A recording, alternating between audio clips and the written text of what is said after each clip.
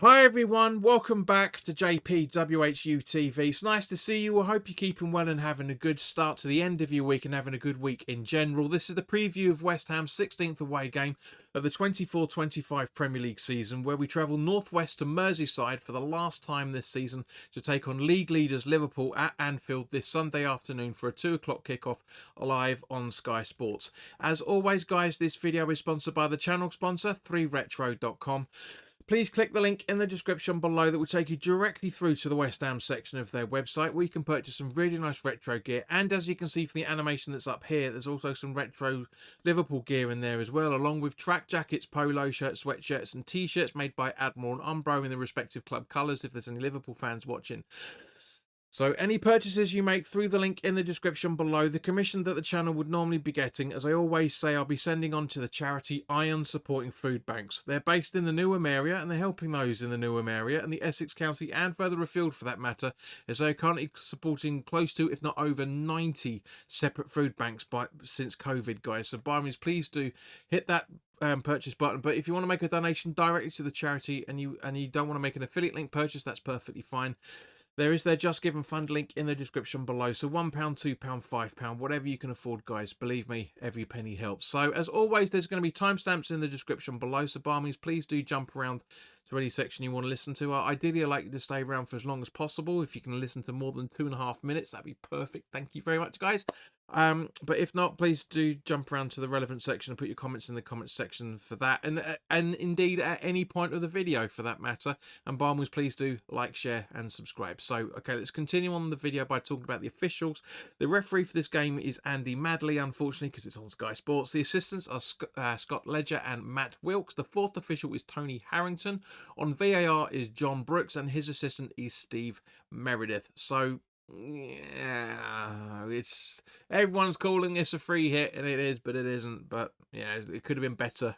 Certainly should have been a better hit when it comes to the referees anyway, but then we'll talk about that a little bit later as well for that matter. But our last 6 trips to Anfield in the Premier League, no surprise, won none, drawn none, lost 6, scoring 4 goals and conceding 14. Now, Graham Potter, while he was in charge of Brighton and Hove Albion and Chelsea, visiting Anfield, he's got a slightly better record than we do. He's won once, drawn twice and lost once, scoring 4 and conceding just 6, including, if I remember correctly, a 1-1 and a 0-0 draw as well for that matter. Not bad, not bad. But at the same point, while we're talking about that, as much as there's been improvement-ish over the last few weeks, I can't see us conceding the 5 goals that we did just after Christmas at the London Stadium. You know, that was the beginning of the end of Lopetegui, unfortunately. Or fortunately, depending on your point of view, of course. Now, Liverpool are 95% league winners after such a very excruciating season for us West Ham for supporters. That's the word I was thinking of. Excruciating. Liverpool have won 22, drawn 7 and lost just twice, scoring 72 and conceding 30 on a plus 42 goal difference on 73 points after those 31 games. Now, in terms of the home stats, the footy stats table, Liverpool are top of the footystats.com league table as well, with 12 wins, 2 draws and 1 loss, scoring 32 and conceding just 11, so a plus 21 goal difference. And of their last 5 home games, guys, they've won them all. Now, Liverpool's average points per game at home so far this season is an average of 2.53. That is impressive. Really, really is impressive. Of course, they're probably going to be more than likely buoyed with their 1-0 loss to Fulham at the weekend. I'm sure they'll be absolutely wanting to try and get back to winning ways as quickly as possible.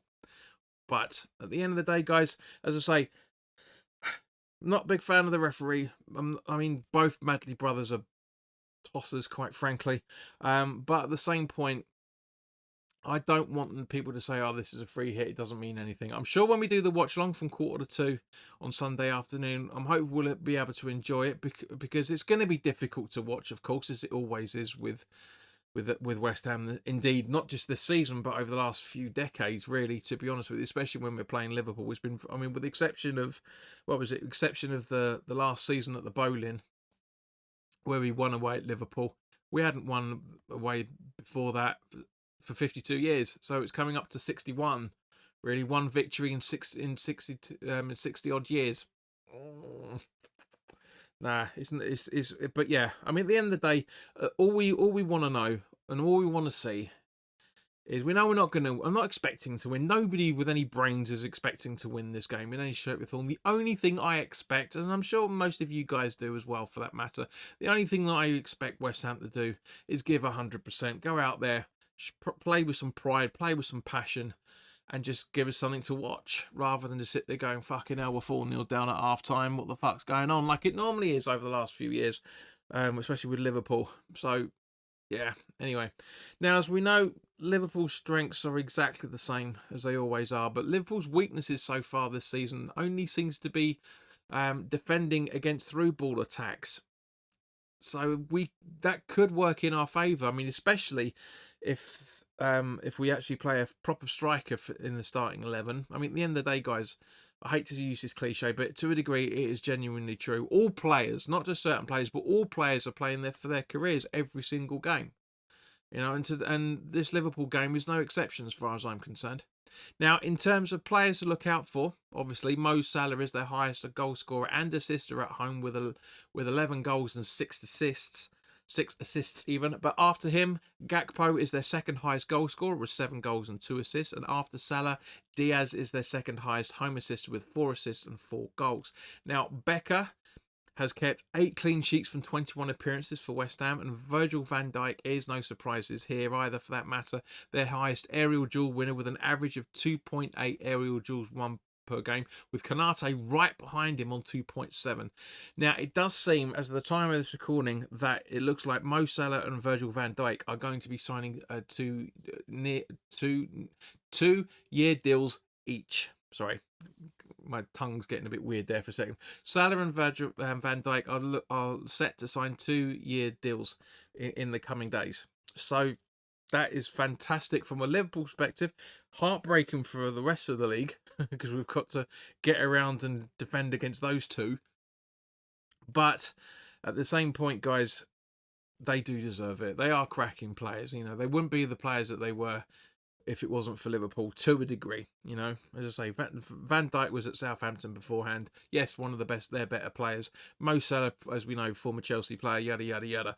So, yeah, they are definitely coming towards the end of their careers, but they're still at the peak. They genuinely are. Now, in terms of Liverpool injuries, Joe Gomez is out till the beginning of May from what looks like recovery from hamstring surgery.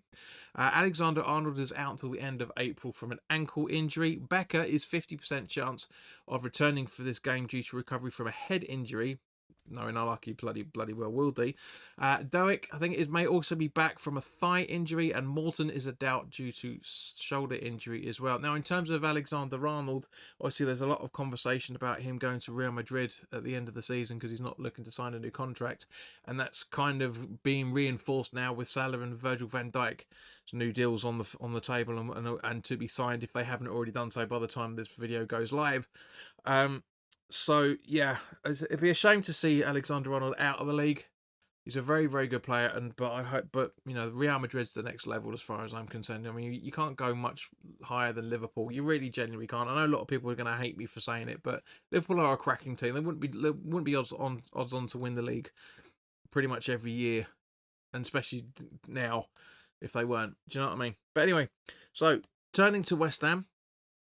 As you guys may or may not have heard, Paqueta's court case is now on hold until what looks like the middle to the end of May / June. So he's going to be eligible, as he is already anyway, eligible to play with West Ham till the end of the season.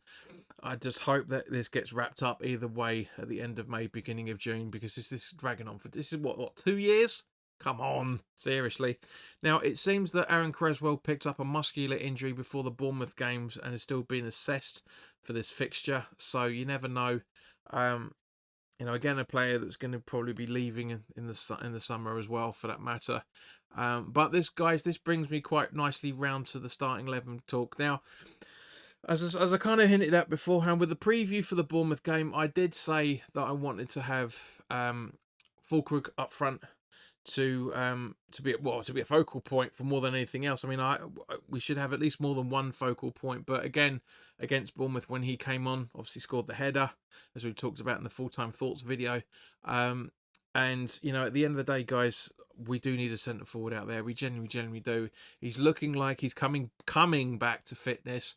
The team is much better when we've got a striker out there. It's good inspiration for next season. But guys, as always, put your comments in the comment section below. Let me know what starting 11 you want to see, rather than what you think would Graham Potter was going to put out. But if I was in charge of West Ham United, this is the starting 11 that I would put out.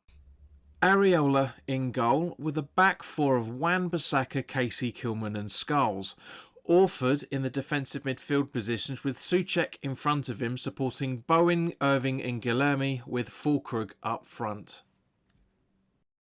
So thank you very much for joining me, guys, and making it this far. If you're new to the channel, welcome. It's great to see. If you want to know more, by all means, please do like, share and subscribe. Even though there's not a lot of views coming on this channel over the last few weeks and months, the amount of people that aren't subscribed to the channel over the last 4 weeks has actually jumped up to 62.4% of you guys. Now, that's almost 2/3 of you lot that are watching these videos aren't subscribed to the channel. So by all means, please do subscribe. If you want to know more, then by all means, please do hit the notification bell. So the more notifications you get, the more you're going to be aware of what we're doing. And we're going to be live on Sunday afternoon for the watch along as well, for that matter, guys. So come on, please do join the community. It'd be nice to try and get us to up to 1,900 subscribers by the end of the season, because we're on 1,873 if I remember correctly so far. So all it is 27 subscribers within the next 5 to 6 weeks. Guys, have a great week. Enjoy your weekend. Hopefully it's going to be nice weather as well again, and I hope to see you on Sunday afternoon. All the best now. Take care.